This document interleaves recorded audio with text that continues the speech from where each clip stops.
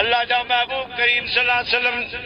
जने मेराज शरीफ का वापस जा अल्लाह से का मोकलायो अर्ज कयो तो मुझा मौला मुझी गुनाहगार उम्मत जे लाको तोहफो दे मुखा पुछंदा अल्लाह पाक फरमायो मुझा हबीब मां पंहिंजे हिकमत अमली सां अहिड़ो तो तोहफो अवां खे ॾियां तोहफा रखंदे खराब भी थी वेंदान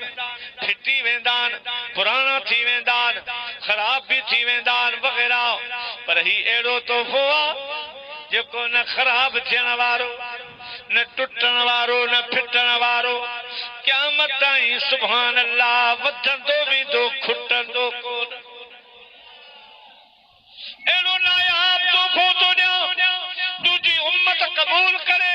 दिल सां क़बूल करे अमल करे त मां उन जा झोल ने किन सां भरे छॾींदुसि उन्हनि जा बेड़ा पार फरमाए छॾींदुसि मुंहिंजा हबीब ही आहे तोहफो 50 नमाज़ूं अब घणियूं 50 नमाज़ 50 हुजनि हा त पढ़ी सघूं हा वर्चू 50 नमाज़ मुंहिंजा दी दोस्तो बुजुर्गो मोटिया मोट ते वापसीअ में आसमाननि ते अल्लाह जे नबी मूसा कलीमुल्लाह सां मुलाकात थी पर अल्लाह से हज़रत मूसा सां मुलाकात कराई इन में हिकिड़ो राज़ हो राज़ कहिड़ो त मूसा कलीमुल्लाह तस्दीक करे छो त हज़रत मूसा अलैहिस्सलाम तूर सीना जबल ते ख़ुदा जे नूर जी तजल्ली नाज़िल थींदे ॾिठी उहे नूर जा शुआ हज़रत मूसा अलैहिस्सलाम जे अखियुनि में हा अल्लाह से फरमायो ॿिए खे ख़बर न पवे मूसा अलैहिस्सलाम खे ख़बर पवंदी जॾहिं मुंहिंजे महबूब जे चेहरे खे ॾिसंदो जंहिंजे चेहरे में जंहिंजे अखियुनि में मां रब करीम जे दीदार जा शुआर मुंहिंजे नूर जा शुआर जॾहिं मूसा कलीमुल्लाह ॾिसंदो सम्झी वेंदो यकदम तस्दीक कंदो त को मञे या न मञे मदीने जा मीर पंहिंजे ज़ाहिरी अखियुनि सां अल्लाह जो दीदार करे मोटिया आहिनि प्यारा मुस्लमान भाइरो हज़रत मूसा अलैहिस्सलाम अल्लाह जे महबूब सां मिलिया अर्ज़ कयो सोना मुबारक हुजनि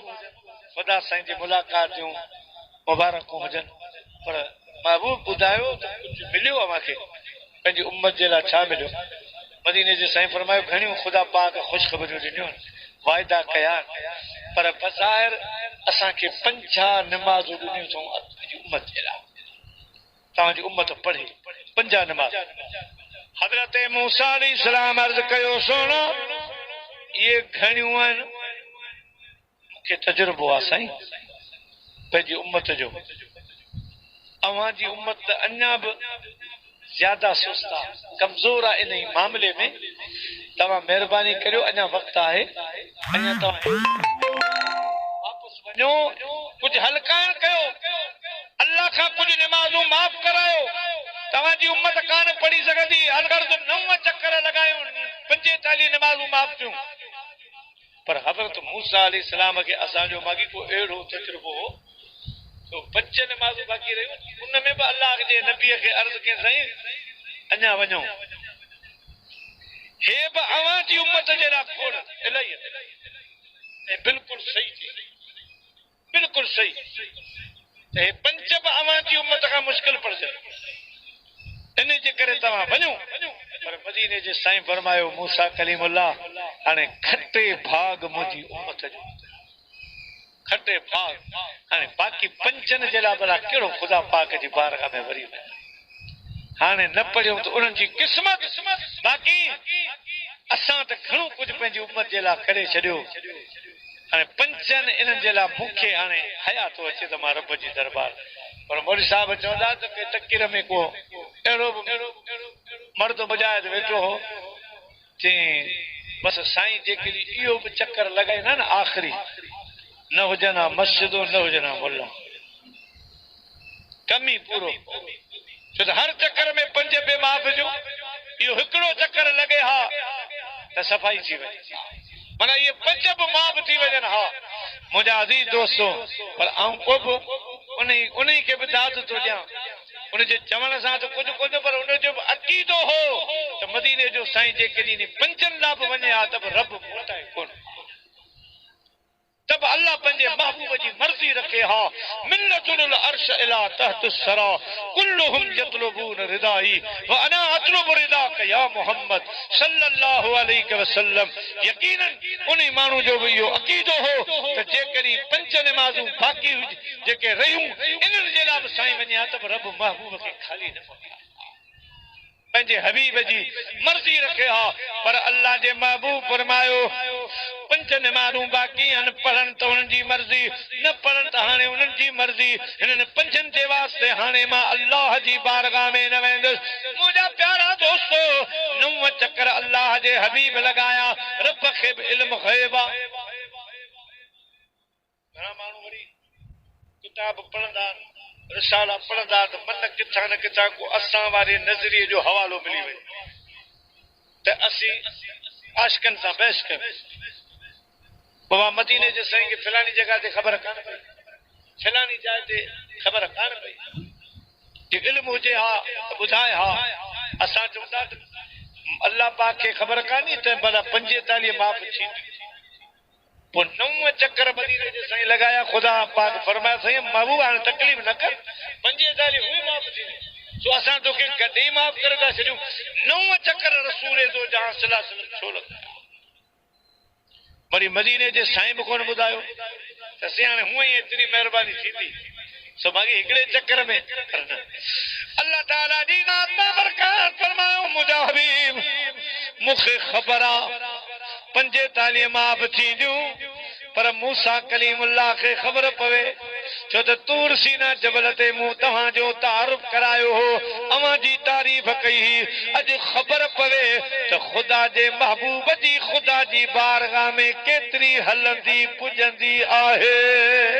सुभान अल्लाह सुभान अल्लाह असीं हिकु चक्कर बि नथा वञी सघूं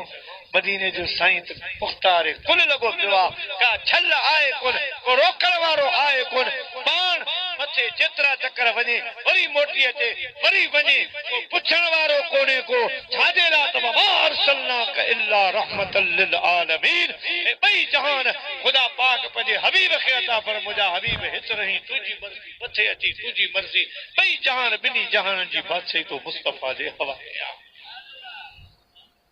9 चक्कर लगा हर चक्कर में 5 माफ़ थी वयूं सो रब करीम हज़रत मूसा अलैहि सलाम खे या ॿी नूरी मखलूकात खे या वरी असां ताईं ॻाल्हि खे पहुचाइण जे लाइ ख़ुदा पाक इहो साबित कयो त मूंखे पंहिंजे हबीब सां केतिरी मोहबत आहे केतिरो प्यार आहे बार बार आयो असां मना न कई असीं राज़ी हुआसीं त बार बार अचे असांखे महबूब ॾिसे असां पंहिंजे महबूब खे ॾिसूं मुंहिंजा अज़ीज़ दोस्तो ऐं ॿिए नंबर में हज़रत मूसा अलैहि सलाम जे दिलि में इहो हो त मदीने जा साईं बार बार वञनि अल्लाह खे ॾिसी अचनि वरी मां उन अखियुनि खे ताज़ो ॾिसां जेके रब खे ॾिसी आयूं आहिनि छो जो हज़रत मूसा खे उहा तजल्ली यादि हुई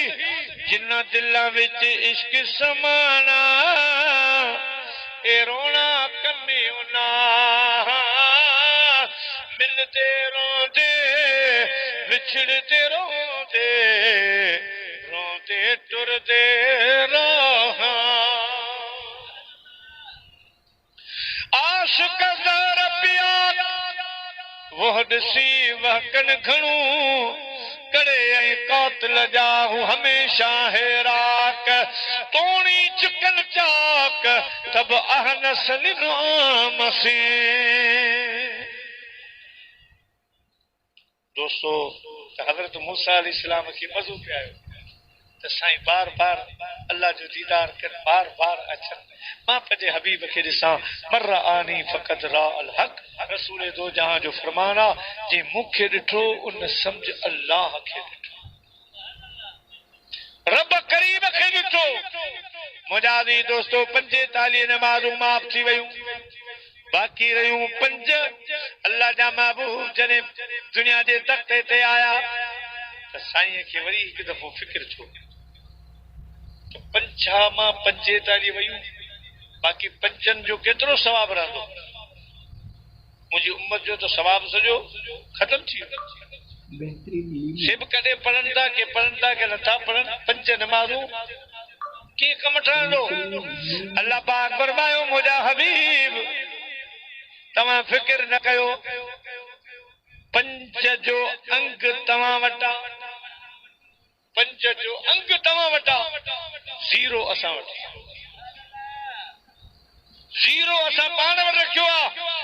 पंजनि जो अंग अवां वटा मुंहिंजा हबीब तव्हांजी उम्मत पंज पढ़ी अचे क़यामत जॾहिं जॾहिं दफ़्तर खुलंदा त ज़ीरो मां रब पाण लॻाए छॾींदा सवाब तुंहिंजी उम्मत खे पंजा नमाज़ुनि जो अता फरमाए हिक हिक नमाज जे पुठियां पंजा पंजा नमाज जो सवाब लिखियल हूंदो पंहिंजो अंग अवां वटा ॿुड़ी ज़ीरो असां वटा पढ़ी पंज अचनि ज़ीरो मां रब पाण लॻाए छॾींदा